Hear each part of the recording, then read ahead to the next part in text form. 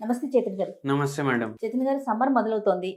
ఇంకా చల్లగా తాగాలి, చలవ చేసేవి తినాలి ఇలా అనుకుంటూ ఉంటాం. మజ్జిగ తాగుదామనేసి. వాటిల్లో ముఖ్యంగా రాగి జావ అండి. కొంతమంది అంటే కొన్ని ప్రాంతాల వారు ప్రతిరోజు కూడా రాగి జావ తీసుకుంటారు. సీజన్‌తో సంబంధం లేకుండా. కానీ మనకి మన సైడ్ ఇక్కడ మన ఆంధ్ర, తెలంగాణలో చూసుకుంటే కనుక ఒక సమ్మర్‌కి అలా తాగుతూ ఉంటాం కదా! రాగి జావతో వెయిట్ లాస్ సాధ్యం అనేది వింటూ ఉన్నాం. అది ఎలా అండి? ఎలా తీసుకోవాలి అసలు రాగి జావని? రాగి జావ మీరు చెప్పినట్టు వెయిట్ లాస్‌కి హెల్ప్ చేస్తది. హ్మ్. కానీ అది ఎట్లా చేస్తది అది మనం తెలుసుకోవాలి. సో దట్ దాన్ని మనం ఇంకా బెటర్‌గా యుటిలైజ్ చేయొచ్చు. హ్మ్. రాగి జావ అనే కాదు, రాగులు స్పెషల్లీ. ఎందుకు అంటే ఇప్పుడు రైస్ ఏదైతే మనం తీసుకుంటాం కదా! అది తీసుకోవడం వల్ల వైట్ రైస్ స్పెషల్ ఏదైతే మన రెగ్యులర్ అది గ్లైసెమిక్ ఇండెక్స్ ఎక్కువుంటది. హ్మ్. అయితే ఎప్పుడైతే మనం తింటాం కదా! అది నమిలించేటప్పుడే మనకు నోట్లోనే డైజెషన్ స్టార్ట్ అయితది. దాంట్లో కార్బోహైడ్రేట్ ఎక్కువ ఉండడం వల్ల ఏమైతదంటే, మనకు ఇమ్మీడియేట్ గ్లూకోజ్ స్పైక్ ఉంటది దాంట్లో. యెస్. ఇమ్మీడియేట్ గ్లూకోజ్ స్పైక్ తోటి అది ఈజీగా అబ్జార్బ్ అయిపోతది మొత్తం మన పేగుల్లో. హ్మ్. అయితే ఏమైతది ఇప్పుడు మన బాడీలో ఎక్స్‌ట్రా క్యాలరీస్ అన్నీ డెవలప్ అయితాయి. దాంతోటి కొవ్వు పెరగడం అవకాశం ఉంటది. ఇప్పుడు అదే రాగులు, సజ్జలు మీరు మిల్లెట్‌లు తీసుకున్నా మీకు ఫైబర్ కంటెంట్ ఎక్కువ ఉంటదనేసి మనకు తెలుసు. అవును. స్పెషల్లీ రాగులు ఏందంటే, మీకు ఫైబర్ కంటెంట్ చాలా ఎక్కువ ఉంటది దీంట్లో. ఇప్పుడు మొన్న ఒక పేషెంట్ నాకేమడుగుతున్నారు, థైరాయిడ్ వ్యాధి ఉన్నవాళ్ళు రాగులు తినొద్దు గదా! రాగి జావ తాగొద్దు గదా! నేను చెప్పిన, "ఎందుకు తాగరమ్మా?" అనేసి చెప్పిన. హ్మ్. ఎందుకంటే దాంట్లో ఫైబర్ ఎక్కువ ఉండడం వల్ల రాగి జావ లాగా చేసుకొని, మజ్జిగ కలుపుకొని యెస్. మీరు అవునండి. అది తాగితే మీకు ఒక సమ్మర్ డ్రింక్ లాగా గూడా అయితది. మళ్ళీ దాంతో పాటు వెయిట్ లాస్‌కి గూడా హెల్ప్ చేస్తది. హ్మ్. ఇప్పుడు ఫర్ ఎగ్జాంపుల్ ఈ బాటిల్ ఉంది మేడం. ఈ బాటిల్ ఉంది. ఇప్పుడు ఈ బాటిల్‌లో మీరు ఈ ఫ్రూట్ జ్యూస్‌లు ఉంటాయి గదా! డబ్బా అవును. ఫ్రూట్ జ్యూస్‌లు ఉంటాయి గదా! అది మొత్తం నింపితే దాంట్లో ఫైబర్ ఉండదు. వాటర్ ఉంటది, షుగర్ ఉంటది. కొంచెం పల్ప్ ఉంటది. హ్మ్. అదే మీరు దీంట్లో రాగి జావ నింపితే మీకు ఫైబర్ క్వాంటిటీనే ఎక్కువ కనిపిస్తుంది. చాలా ఎక్కువుంటది. చాలా ఎక్కువుండడం వల్ల ఏమైతది, మనం అది హాఫ్ లీటర్ తాగినా, మనం హాఫ్ లీటర్ క్యాలరీలు పోవు మన బాడీలో. ఫైబర్ గూడా చాలా ఎక్కువ పోతది. హ్మ్. గ్లైసెమిక్ ఇండెక్స్ తక్కువుంటది. మళ్ళీ ఎప్పుడైతే ఫైబర్ పోతది గదా! ఇప్పుడు ఎగ్జాంపుల్ చెప్తున్నాను మీకు. కీరా ఉంటది గదా! క్యారెట్, కీరా, బీట్రూట్ మీరు కట్ చేసుకొని మీరెంత తిన్నా కడుపు నిండిపోతది గదా! అవును. చాలా సేపు వరకు మీకు ఆకలవ్వదు గదా! అయితే ఏంది ఫైబర్ ఎక్కువ పోతే మనకు డైజెషన్ గూడా ప్రాసెస్డ్ కరెక్ట్‌గా అయితది. టైం తీసుకొని టైం చేస్తది. టైం ఇప్పుడు గంట తర్వాత ఆకలైతది లేకపోతే. హ్మ్. కానీ ఇట్లా చేయడం వల్ల 3 గంటల తర్వాత ఆకలైతది మీకు. ఎందుకంటే ఫైబర్ మెల్లగా డైజెస్ట్ అయితది. క్యాలరీస్ ఉండవు. అవును. దాంతోటి వెయిట్ లాస్‌కి అది హెల్ప్ చేస్తది. అండ్ మోర్ ఓవర్ ఏందంటే పెద్దవాళ్ళలో ఓకే. సరే. చిన్న పిల్లలుంటారు గదా! వాళ్ళకు మనము ఇవన్నీ పౌడర్‌లు మార్కెట్‌లో ఏది అవైలబుల్ ఉంటే అది పాల్లో కలిపేసి తాగిపిస్తాం గదా! దాని బదులు ఒక 100 గ్రాములు బాదాంలుంటాయి గదా! ఆ! బాదాంలు తీసుకొని, కొన్ని కాజూస్ తీసుకొని 100 గ్రామ్స్, కొన్ని పిస్తాస్ తీసుకొని 100 గ్రామ్స్. దీంట్లో మీరు ఒక 200 గ్రామ్స్ రాగులు ఇది గ్రైండ్ చేసేసిండ్రనుకోండి అన్నీ. డ్రై రోస్ట్ చేసి, ఇవి గ్రైండ్ చేసేస్తే దాంట్లో ఏ శక్తులు కోసమైతే మీరు ఇస్తున్నారో అవన్నీ ఏం రావు.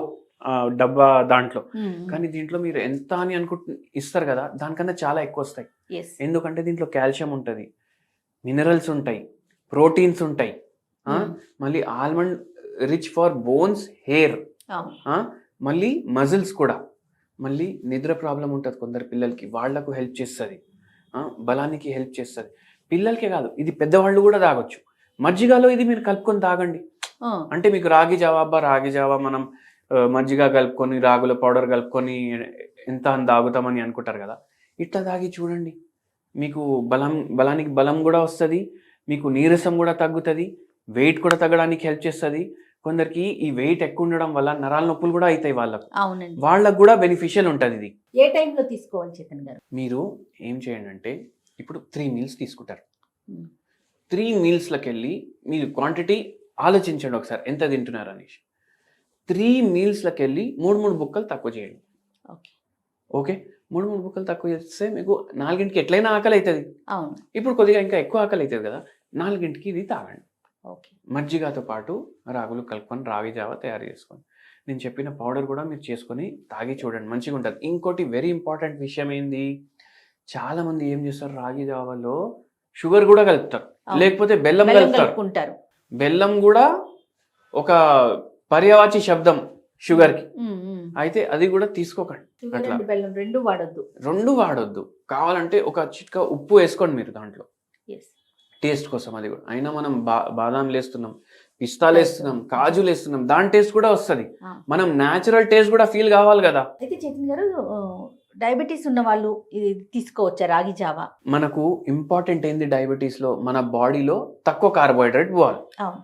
తక్కువ కార్బోహైడ్రేట్ పోవాలంటే దాన్ని వేరే దాంట్లో మనం సప్లిమెంట్ చేయాలి. దీంట్లో ఫైబర్ ఎక్కువ ఉంటుంది. ఇప్పుడు అందరూ ఏం చేస్తారు, గూగుల్ చేస్తారు, రాగుల్లో షుగర్ ఉంటుందా, కార్బోహైడ్రేట్ ఉంటుందా అనేసి. అవును ఉంటుంది అనేసి దానికి ఇప్పుడు ఏంది ఏఐ జమానా మొత్తం. అవునండి. ఒక 1 వర్డ్ ఆన్సర్ వస్తుంది, ఎస్ అనేసి. వీళ్ళేంది మళ్ళీ, అరే మీరు తప్పు చెప్తున్నారు డాక్టర్, మీరు ఎక్కడ చదువుకున్నారు, దీంట్లో షుగర్ ఉంటుంది. నేనే చెప్తా ఎందుకు ఉంటుంది. దీంట్లో కాంప్లెక్స్ కార్బోహైడ్రేట్ ఉంటుంది.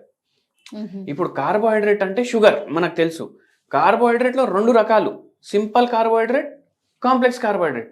సింపుల్ కార్బోహైడ్రేట్ ఏంది, ఇట్లా మింగంగానే అబ్జర్వ్ అవుతుంది దాంట్లోకి వెళ్ళి. కాంప్లెక్స్ కార్బోహైడ్రేట్ అంటే ఏంది, అది బ్రేక్ అవ్వాలి ఫస్ట్. అది బాడీ కన్ఫ్యూజ్ అవుతుంది, ఇది ఎట్లా బ్రేక్ చేయాలి, ఇప్పుడు దీన్ని ఎట్లా అబ్జర్వ్ చేయాలి. మళ్ళీ దీంట్లో ఫైబర్ ఎక్కువ ఉంటుంది, అది వెతికి బ్రేక్ చేయాలి బాడీ.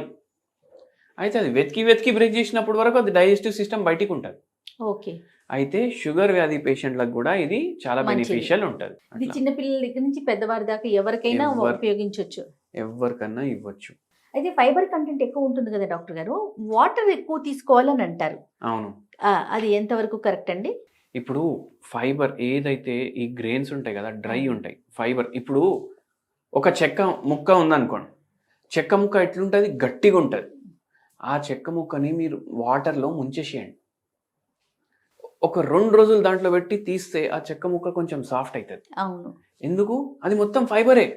జైలం, ఫ్లోఎం దాంట్లో ఉన్న ఫైబరే కదా మొత్తం. వుడ్ అంటే ఫైబర్, హార్డ్ ఫైబర్.